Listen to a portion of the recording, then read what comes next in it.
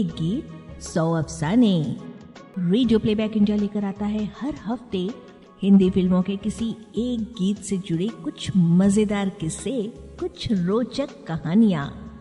एक गीत 100 अफसाने। Radio playback India. Radio playback India के सभी श्रोताओं को हमारा नमस्कार।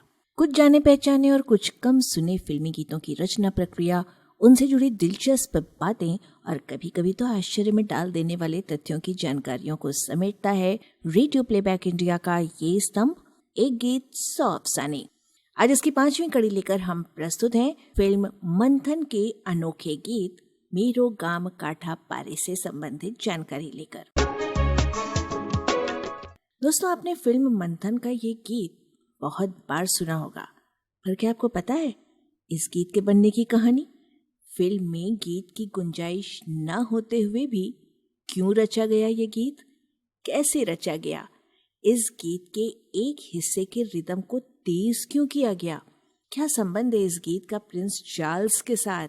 चलिए आज इन सवालों पर से पर्दा उठाया जाए। आज के अंक के लिए शोध और आलेख है सुजॉय चैटर्जी का और प्रस्तुत कर रही हैं सुमेधा अग्रश्री। 80 का दशक कलात्मक फिल्मों का स्वर्ण युग रहा। जिन फिल्मकारों ने इस जॉनर को अपनी अर्थपूर्ण फिल्मों से समृद्ध किया, उनमें एक नाम है श्याम बेनेगल का। 1977 की उनकी फिल्म मंथन सफेद क्रांति operation flood the white revolution पर बनी थी। देश के कोने कोने तक हर घर में रोज दूध पहुंचे, हर बच्चे को दूध नसीब हो, देश भर में दूध की नदियां बहने लगे, यही उद्देश्य था सफेद क्रांति का। फिल्म की कहानी डॉक्टर वर्गीस कुरियन और श्याम बेनेगल ने संयुक्त रूप से लिखी थी। बताना जरूरी है कि कुरियन भारत की सफेद क्रांति के जनक माने जाते हैं। फिल्म का पार्श्व कुछ इस तरह का था कि गुजरात के खेड़ा जिले के कुछ गरीब कृषकों की सोच को समाज कार्यकर्ता त्रिभुवन दास पटेल ने अंजाम दिया और स्थापित हुआ Kaira district cooperation milk producers union. जल्द ही यह गुजरात के अन्य जिलों में भी शुरू हो गया, जिसने एक आंदोलन का रूप ले लिया और इसी से स्थापना हुई डेयरी कोऑपरेटिव अमूल की, गुजरात के आणंद में। साल था 1946 और आगे चलकर इस कोऑपरेटिव में करीब 26 लाख लोगों की भागीदारी हुई। 1970 में इसने सफेद क्रांति की शुरुआत कर दी, अपना राष्ट्रव्यापी दूध ग्रिड बनाकर, और 1973 में बनी Gujarat cooperative milk marketing federation limited. इसी संस्था के कुल 5 लाख सदस्यों ने 2 रुपए प्रति सदस्य योगदान देकर मंथन फिल्म को प्रोड्यूस किया। और जब यह फिल्म रिलीज हुई तो ट्रक भर भर कर गांव वाले आए अपनी इस फिल्म को देखने के लिए। एक कलात्मक और गैर व्यावसायिक फिल्म होते हुए भी इस फिल्म ने बॉक्स ऑफिस में कामयाबी के झंडे गाड़ दिए, जो फिल्म इतिहास में एक मिसाल है। स्मिता पाटिल, गिरीश कर्नाड, नसीरुद्दीन शाह, कुलभूषण खरबंदा, अमरीश पुरी प्रमुख अभिनीत मंथन को 1978 में सर्वश्रेष्ठ फिल्म का राष्ट्रीय पुरस्कार मिला। साथ ही सर्वश्रेष्ठ पटकथा का राष्ट्रीय पुरस्कार भी इस फिल्म के लिए विजय तेंदुलकर को ही मिला। भारत की तरफ से ऑस्कर के लिए भी यही फिल्म मनोनीत हुई। फिल्म के लोकप्रिय गीत मेरो ग्राम काठा पारे के लिए गायिका प्रीति सागर को सर्वश्रेष्ठ पार्श्व गायिका का फिल्म फेयर पुरस्कार दिया गया। इस गीत को बाद में अमूल कंपनी ने अपने विज्ञापन के लिए प्रयोग किया। फिल्म मंथन के गीतकार थे कलात्मक फिल्मों में संगीत देने के लिए मशहूर वनराज भाटिया। गायिका प्रीति सागर भी उन्हीं की खोज थी। विविध भारती के एक साक्षात्कार में जब उनसे पूछा गया कि प्रीति सागर को उन्होंने कैसे खोजा, तो उन्होंने बताया कि प्रीति की मां एंजेला वनराज जी की क्लासमेट हुआ करती थी न्यू इरा स्कूल में। उसके बाद कॉलेज में भी, यहाँ तक कि एमए तक दोनों क्लासमेट रहे। तो इस तरह वो प्रीति के संपर्क में आए। कम बजट की फिल्म होने की वजह से वनराज भाटिया ने प्रीति सागर से कई गीत गवाए और प्रीति की अलग हटकर आवाज ने हर गीत में एक अलग ही चमक पैदा की।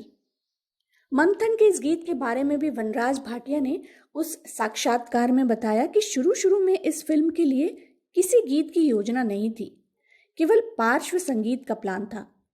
पर फिल्म के स्क्रिप्ट राइटर सत्यदेव दुबे ने जब कहा कि कम से कम एक गीत जरूर होना चाहिए फिल्म में, तब जाकर वनराज भाटिया ने एक गीत कंपोज किया। वनराज भाटिया, प्रीति सागर और प्रीति की बहन नीति एक दिन दोपहर को बैठ गए और इस गीत की रचना शुरू की। उन तीनों ने मिलकर इस गीत के बोल भी लिखे और गीत को धीरे धीरे डेवलप करते गए। नीति ने बोलों को पॉलिश किया।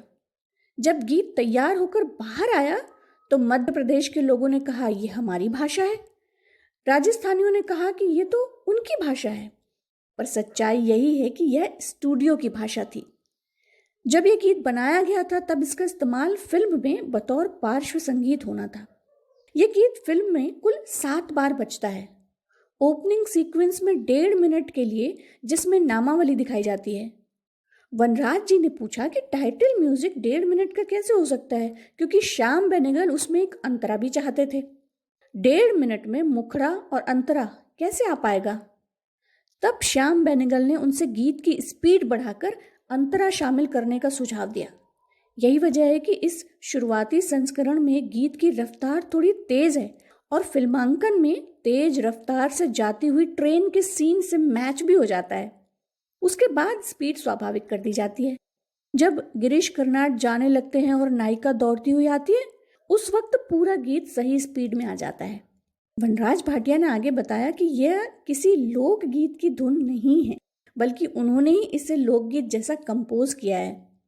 उन्हें यह बिल्कुल आभास नहीं था कि यह गीत इतना बड़ा हिट साबित होगा। इस गीत में उन्होंने केवल 4 सारंगियों का इस्तेमाल किया था, बस। गायिका प्रीति सागर यह मानती हैं कि यह गीत आज भी उनकी पहचान है और इस गीत ने ही उन्हें अपने चाहने वालों का बेशुमार प्यार दिया है। प्रीति सागर ने एक साक्षात्कार में बताया, जब हम इस गीत को रिकॉर्ड कर रहे थे उस समय हमें इतना सा भी अनुमान नहीं था कि यह इतना पॉपुलर होगा। मुझे याद है कि मैं स्टूडियो में मंथन के निर्देशक श्याम बेनेगल और संगीतकार वनराज भाटिया के साथ थी। गीत के बोल कुछ ठीक नहीं जम रहे थे।